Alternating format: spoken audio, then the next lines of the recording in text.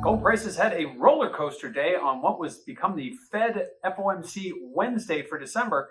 We saw gold prices open up roughly unchanged, hovering in the 1760s. Didn't look like there was a whole lot of pre-FOMC trade as we kind of waited for the reaction, wait to see what the dollar did, wait to see what treasury yields would do, wait to see what risk assets would do. And ultimately, on the knee-jerk reaction of the Fed announcement, we saw the gold prices dip all the way down to 1753, but in the blink of an eye, they were right back up north of 1770, got up as high as 1780 and ended the day just below there. So very much a roller coaster ride after the Fed as gold prices, which have struggled to stay at higher levels for any significant period of time, given the fact that the main obstacles we've talked about, higher cryptocurrencies, higher treasury yields, higher dollar, and certainly a hawkish Fed, all have kept gold prices on the down low in 2021, but now seemingly seem to break away from that theme over the last month or so. We saw it in November. We did see a sell-off late November into early December, and now we're seeing things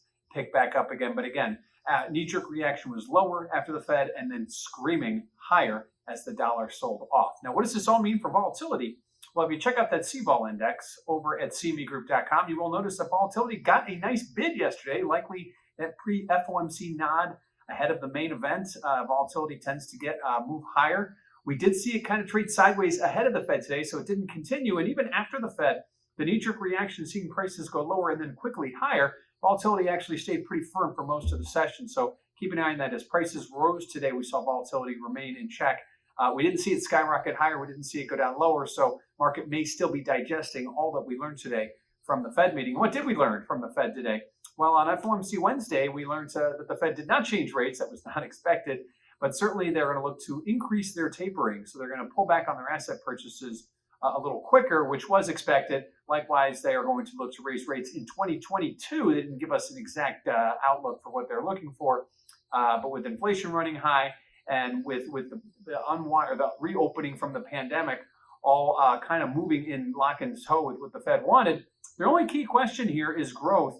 And we saw the growth numbers from third quarter, pretty anemic compared to first and second quarter. And that could be the thorn in the Fed's side. Will they have to hold back on some of those rate hikes if they don't get the growth component? Because we already have the employment component. We already have the inflation component running too high.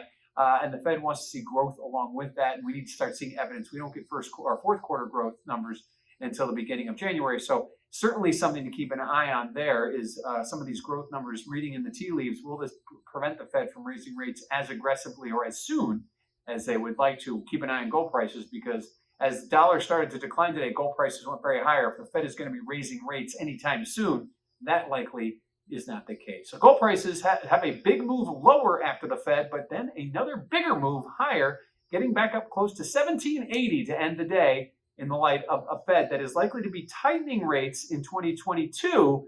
But again, it all is going to depend on growth.